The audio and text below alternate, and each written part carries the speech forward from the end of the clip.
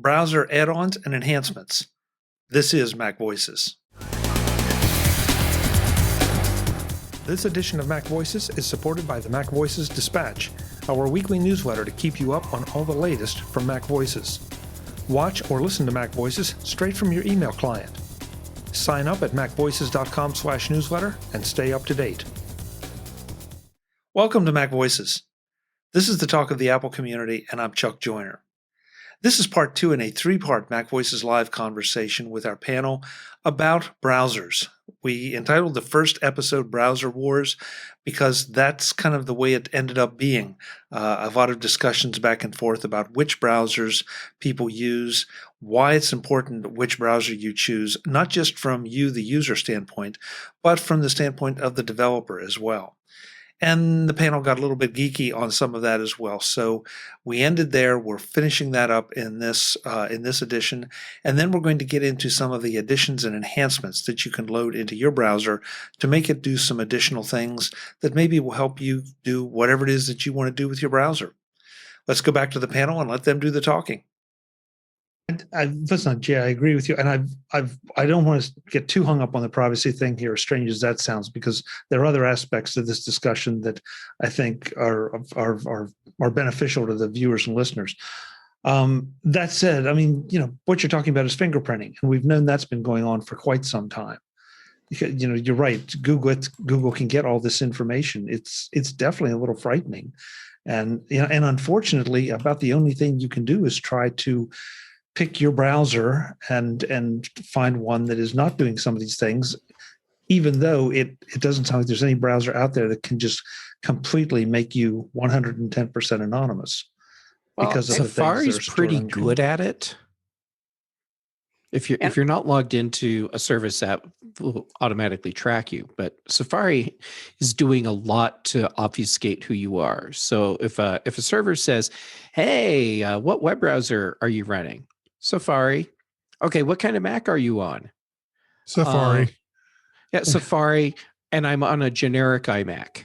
And then when they go to build their thumbprint of who you are, then they start asking things like, well, what fonts do you have installed? Because once you start doing that, you can really narrow down a profile on someone really fast. And Safari returns a generic list of fonts. And so they're just presenting this basic information that they've made up. And that goes a long way to keeping who you are private. But I mean, geez, there's so many tactics. It's so hard to keep us all private. The thing is, with Chrome, they don't have to use those tricks. They've got an app installed on your computer. So whether you're logged in or not, Chuck, you were. I wanted to follow up on that because you were asking about using Chrome without logging in. But that doesn't really make that much difference to Chrome because they have access to the hardware. They know what your Mac ID is. They can find out your Mac serial number. So they can be sending that stuff in. And so if you've ever logged in once, then they've got that information. And then even if you log out, they still can be sending it. And of course, the other thing is that Google is the sort of the consumer that's putting all this stuff together. So it's like you're sending it straight to the people that you maybe don't want it to go to, where the other browsers, that's not the case. At least there's a level of separation from Google. And it's not like you can just tell it to stop. You can't run Little Snitch and say, "Hey, don't be sending none of that Google Chrome stuff anywhere." Because then your browser stops working. Right. Mm-hmm. Frank, in the chat room this afternoon, when I announced the topic, in the Slack room, when I announced the topic, you said you're just a pretty vanilla browser guy. Does that just mean you use anything and don't really care, or you? No. I just end up using Safari. I remember the old days of Internet Explorer and going through Netscape. There used to be, this is going way back, there was a company in Germany that started a browser called Cab.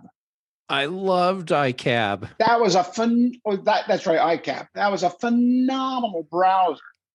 That was my browser choice for a long time.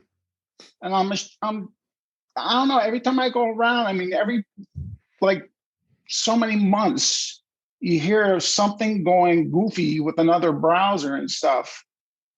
So it's like, well, if I'm going to fall on my sword, I got all this Apple stuff, or I'll fall on Apple's sword. But, you know, I've heard people, horror stories about other browsers and the thing Andrew was talking about, WhatsApp. A friend of mine, I was trying to tell him to get off it, but his family's from Italy and they've all got WhatsApp and they won't get off it. Mm-hmm. So he's stuck on it. I'm like, dude, they're following you. Of course, that's in this country, that's sort of standard. I mean, I always tell people when they say the browser or Google's collecting all this info on you, I said, well, think back to Herbert Hoover when he ran who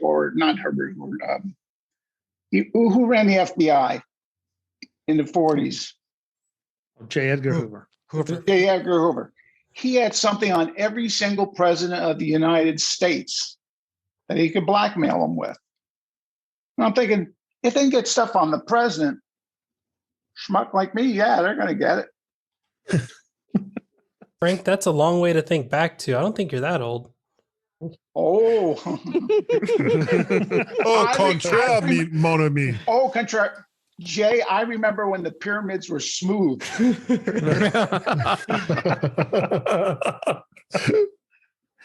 David, you just put in the chat room, though, that iCab apparently still exists. Yeah, I just Googled it, and it's shareware. I think that he wants $10 for it. And I never, again, I came late to the Mac game here, so I didn't experience like some of you guys did. And I guess it is worth taking a look at again. Guess what I just installed? Yeah, I figured you did. Okay, so right quick, I want to get to Brittany because she has something. But Jeff, what makes this? You were like, there were love lights in your eyes when Frank mentioned iCab. What was it, or what is it that made it makes it such a great browser for you? Okay, well, iCab. This goes back to System 8.5, System 8.6 days, which I suppose kind of dates me. But what made it so great is that it was a really fast browser, and it rendered sites very reliably, and it was a great opportunity, or a great alternative to Internet Explorer, which at that point was actually the default browser that shipped on every Mac you bought. Yep, starting with System 8. Yeah, I mean it was great.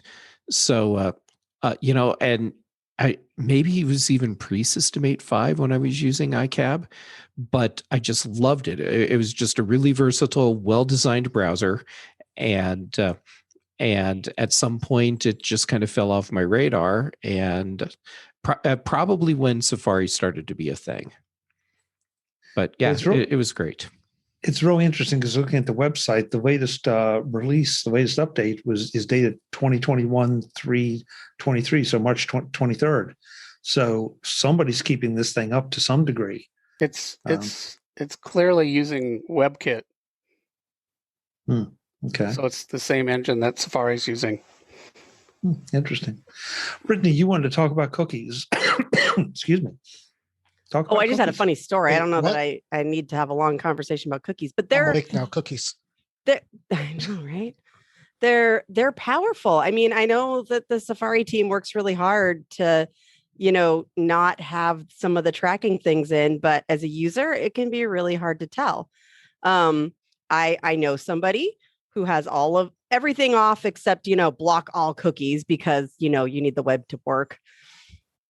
And he's got all the things off, pretty much only uses his phone to browse the internet, and is showing his girlfriend an article. Well, she scrolls down and there sure is an ad for rings right there, giving away what his search history had been. So yeah, it's a thing that happens. Even when you're using Safari, which is a little bit too bad, but.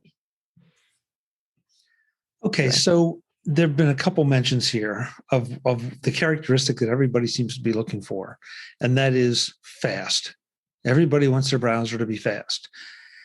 Why, other than the extra baggage that comes with cookies and all the things we've been talking about up to this point, why is one browser so much faster or perceived to be so much faster than another?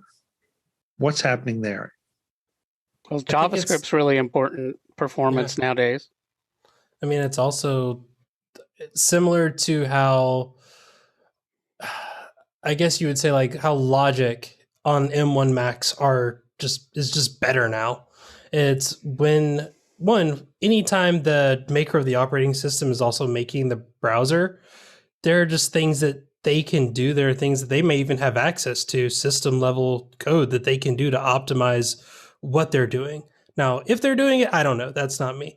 But anytime you're looking at a type of technology, how is this being built? You have to balance the idea of what are all the features, what comes with deploying all of those features, and then what are all those features doing every time you open a web page. And I think this was where one of the things for the longest, honestly, I think the thing that slowed Chrome down more than anything was the fact that people were installing a bunch of third-party extensions. And some extensions are really well designed and some just get the job done. And the way you get the job done is usually not taking into account performance and optimizations on that level. I think there's a big saying in the developer space of like, make it work, make it right, and then make it fast. So Jay, I have a question for you.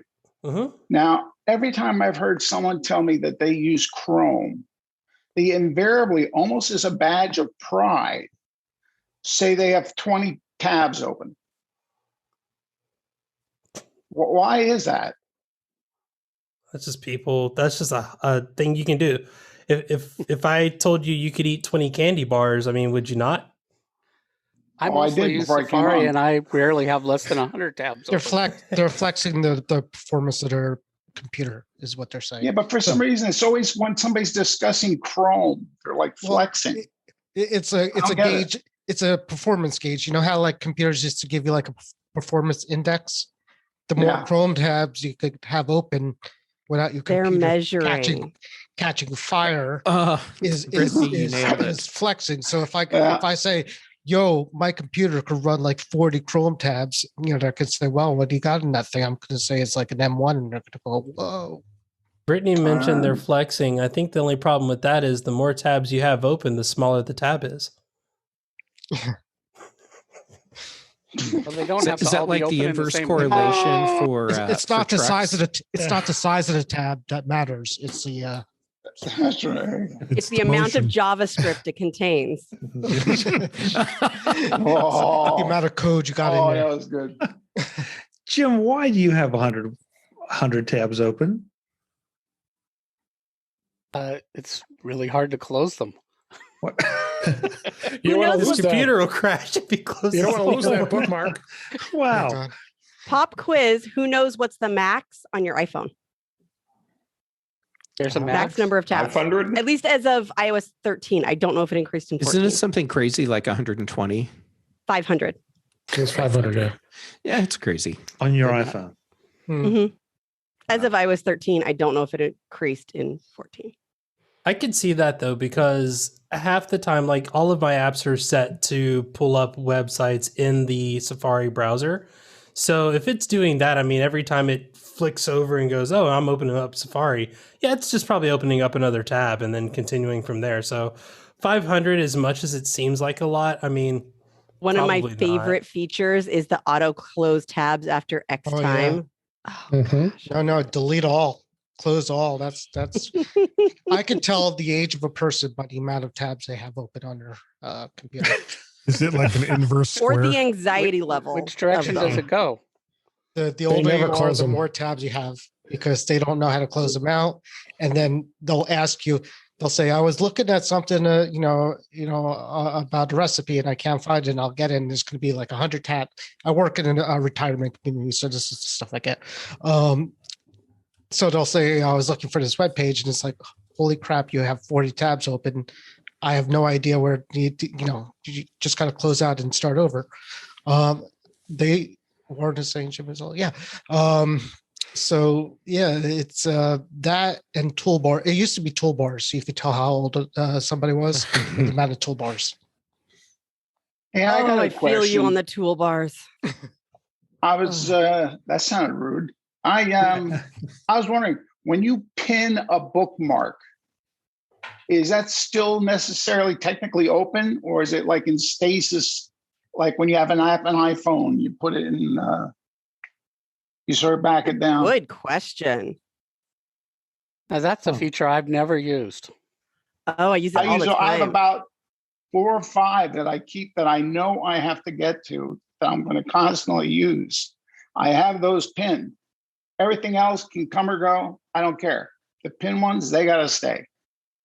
Bigger question is, how many people got really lost when Edge started doing the vertical or the horizontal tabs? Like last month they started it. I started doing a happy dance. Do you have it on or no? No, but the reason I don't have it on is because I use Workona. So I had already been doing horizontal tabs. All right. Or excuse me, the vertical tab list. The vertical tabs, yeah. And it's something that I still love, because yes, I still have it installed from OmniWeb, because it had the drawer. Remember when Mac OS had drawers as part of the interface?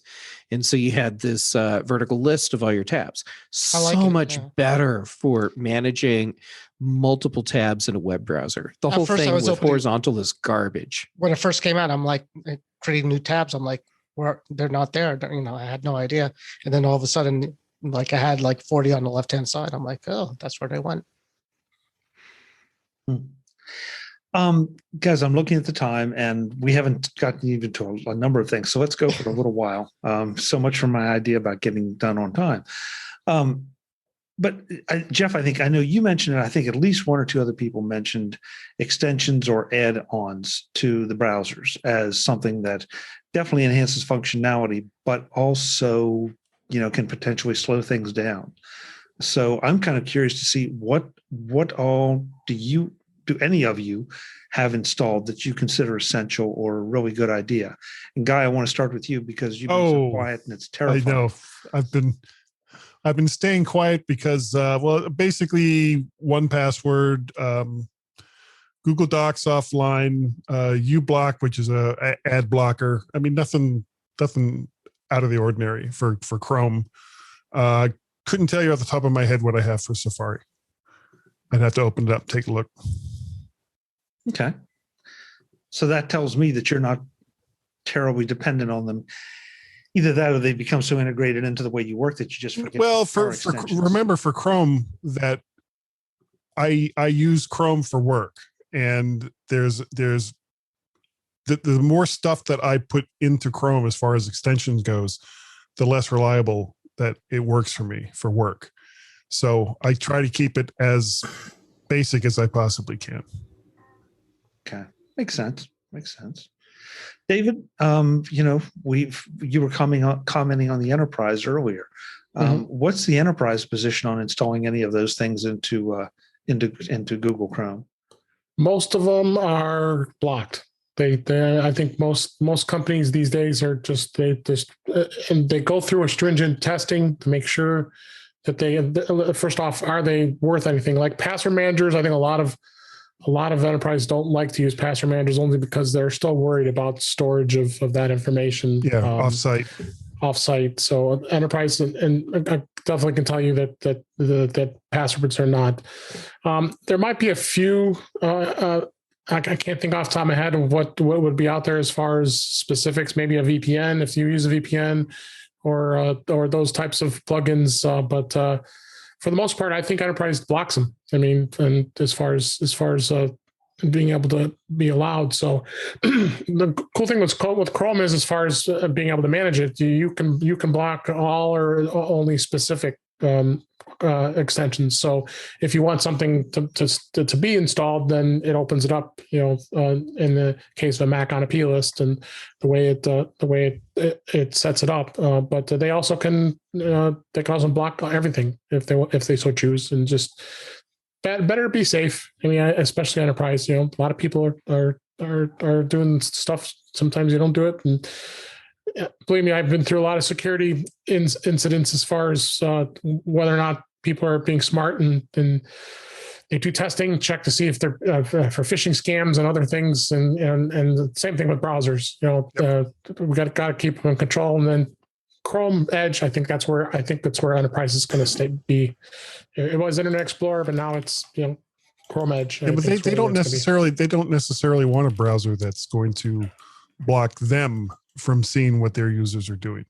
Especially for the people that are working at home, they want to know it, and it's like when I log into work, it basically says, anything that you're doing in Chrome, we're gonna know. We're gonna know what it is that you do, even though you're at home. You're not, you're on your home computer, your own computer, but you're on our network.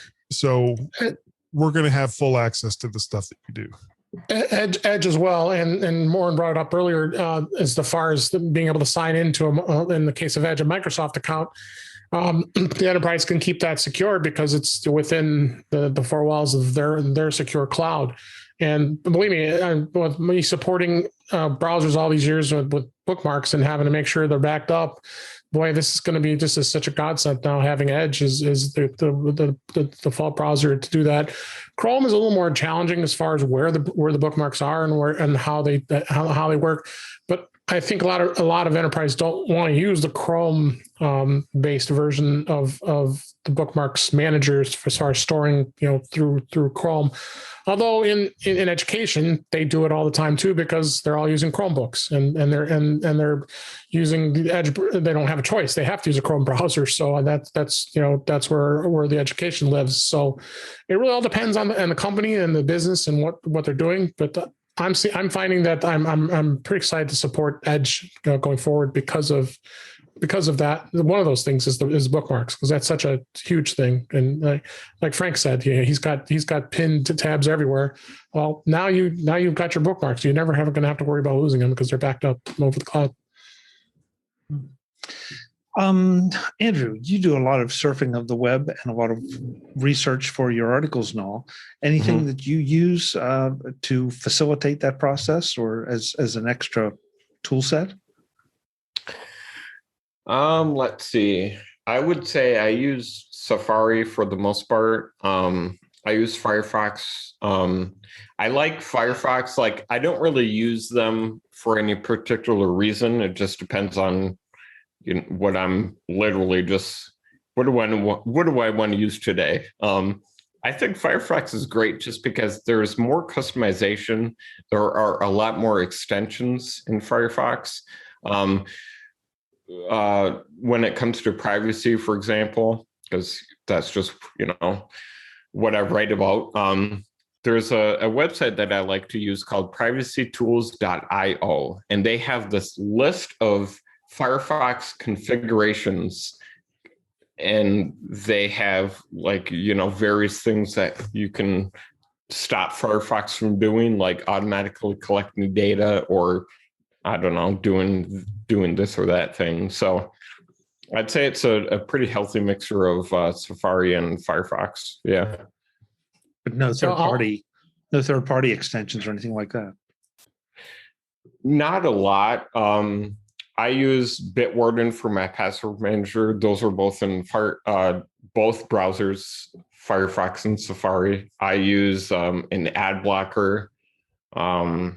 There's a certain extension I use for downloading videos, and I think that's pretty much it. Okay. I'll mention an extension that I use in Firefox. It's called Facebook Container, and what it does is it isolates your activity of Facebook from the rest of your web activity to prevent Facebook from being able to track you outside of the Facebook's website via third-party cookies.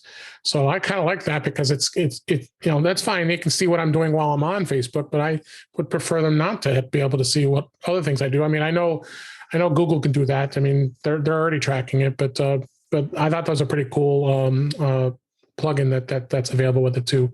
I also use Instapaper. Instapaper's been around for a long time, and I love Instapaper. Yeah, and I have that in there to be able to add stories. I had forgotten about it for a while until Jeff, you and I were talking about it. I was like, oh God, I have Instapaper. God, I haven't been using it so long, but I'm back using it again. I find that to be an added bonus. So. But Instapaper, if I remember correctly, is sort of like Flipboard for me. It's not, unless I don't understand the difference, it's not an extension. It's a bookmarklet. Is I think the term There's they changed it to an extension. It used to be a bookmarklet. Oh, really? Okay. Now it's an extension. Okay, that's interesting. Okay, because I'm not an Instapaper user, but I thought, okay, good to know. Brittany, I really want to hear from you on this topic because you deal with your clients who, are ADD people. And so the last thing they probably need is more stuff to distract them. But is there anything out there that is like the anti-distracting tool that helps them stay focused? I mean, there are a lot of tools and blockers and things to like keep you out of stuff. Basically, they all die eventually. And so I don't actually keep very close tabs. It's sort of like when a client needs it, we go look it up, what still works. Like there are blockers, but I mean, I set up my personal systems before I was coaching when I was just managing my ADD, and I use Safari everywhere except when, something makes me use Chrome because I'm lazy and I just wanted the stuff to sync over. And I don't want to have to push the button to fill in the password. And yeah, I'm lazy. And they can't stop all the tracking, but they don't try to encourage it either. And it's just I'm on my phone as much as I'm on my Mac. If we don't count Zoom. And if we don't count Zoom, way more on my phone or my iPad than on my Mac. And so I just need the thing that's going to work seamlessly everywhere. And that's going to be Safari. If somebody has a special need, we'll look it up. But in general, building habits around your computing is way better, since if you're really determined to get distracted, you can break through that stuff. Like if we can build habits instead that are healthier habits, then that's going to be a better win. Those other stopgaps to like keep me off Facebook after 9 p.m. or whatever, those are good when you're wanting to initially build the habit, but like in the long run, it's not going to be the thing. So they're okay. Let's get the thing figured out right now in emergency mode, and then build the habits on later. Okay, I like that approach, and that makes perfect sense. And I guess you answered exactly the way I wanted, is that you use some of those things as a tool, as a training thing, as a crutch to build, but it's not the end solution to the issue you're trying to address. Yeah. And like I said, like what we can do is get really good at building up that, I'm on downtime, 15 more minutes habit. And that's a real easy habit to accidentally build. And sometimes you do have to like up the game a little bit. And anyway, really pay attention to like, what are the habits I'm building long-term? Right. Yeah. Jeff, I know you. I know you have probably every single browser on your machine stacked with all kind of add-ons. Yeah, I'm with web browsers the way Guy is with microphones. Oh my God. Excuse me, but my web browser of choice currently is Edge, and critical plugins or extensions that I need to use with it. Hold on, I actually have a list up right now. Workona, so that I have proper vertical tab management that will carry over between devices. 1Password, Instapaper, and then after that, I have some others that are like really handy if you do a lot with like diving into websites.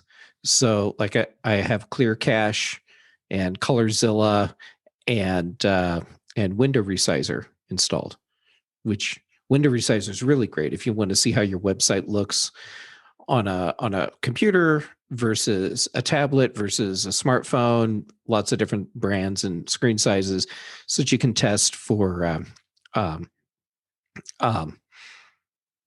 just to make sure everything looks correct on all the different sizes. That's it? Well, okay. I didn't go through everything because I didn't want to just like take over the show. He also has iCal floodgates. Yeah, I mean, I have OneNote Web Clipper installed because OneNote, I think at this point, at least for me, is far superior to Evernote. And so I dump stuff into OneNote all the time. I have Loom installed so that I can do video capture directly in my web browser. I did install Google's Opt-out extension for ad tracking. I have Google Docs Offline installed. Chuck, you taught me about Bumper. That's really great. Yeah, I love Bumper. Yeah, I use it all the time. What is that? It's an app that masquerades as a web browser, and its sole purpose is to let you when you click on a link in something that's going to open a web browser, what it does is it goes to Bumper instead, which gives you a list of all the web browsers that you have, so that you can choose which browser you're going to open the link in. Did they ever fix it so that it can auto detect which browser you want to use based on like URL rules? Because I was using Bumper and switched off of it because I was like, if I'm going to the same site every day, I should be able to put something in that says, don't ask me, just open it up in the browser that I always use. I haven't messed with that because for same reason, it should just know. But I thought that they did an update in the last few months that actually added that in, but I'm not certain. When you have enough momentum in just doing it one way, it suddenly becomes harder. Maybe Brittany could help me with this. It becomes harder to change. Momentum's a beast. Yes, it is. The lack thereof. Yeah, ColorZilla is actually really cool. It lets you grab the color values for anything in a browser window, so you don't have to go and launch Apple's color meter to then go and find the color of something. It's just right there in your web browser. Oh, I wish I'd known about that one about 2 months ago. I was not aware of that one. Well, Chuck, when you're trying to sort stuff like this out, why don't you just shoot me a message? Because every time you do, I have the answer for whatever it is. Because I've probably already installed it. Yeah, you're probably right. Yeah. Interesting. And Jeff, do you notice any performance issues with all this stuff loaded in there? No, but aside from like Workona, there's nothing that I'm running that's like actively doing something until I select it. Okay. It's Edge for me is just stunningly fast. I agree. Okay. That was my question, Chuck, is whether these add-ons really slow the computer down. And then I was trying to look it up. I wouldn't even know how to do it. But do you think the extensions are slower on M1 compatible Mac that's running an M1 version of Chrome or Edge at this point? Do the extensions do something outside of the system? Would they still be compatible? They would be compatible under Rosetta, but Rosetta would be slower. And I'm wondering if that actually just slows down the browsing experience. The conversation about browser enhancements and add-ons continues in the next edition of MacVoices, and we also find out some surprising things about bookmarks and favorites, and who uses them, who doesn't, and why. That's next time on MacVoices. Until then, I'm Chuck Joyner, and as always, thanks for watching.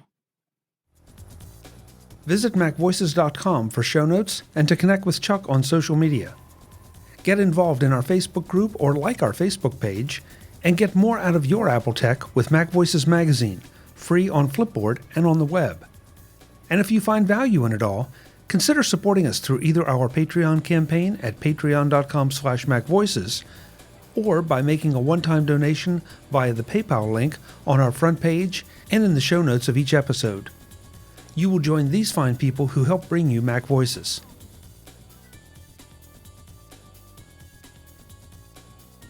Advertising handled by Backbeat Media at backbeatmedia.com. Bandwidth provided by CacheFly at cachefly.com.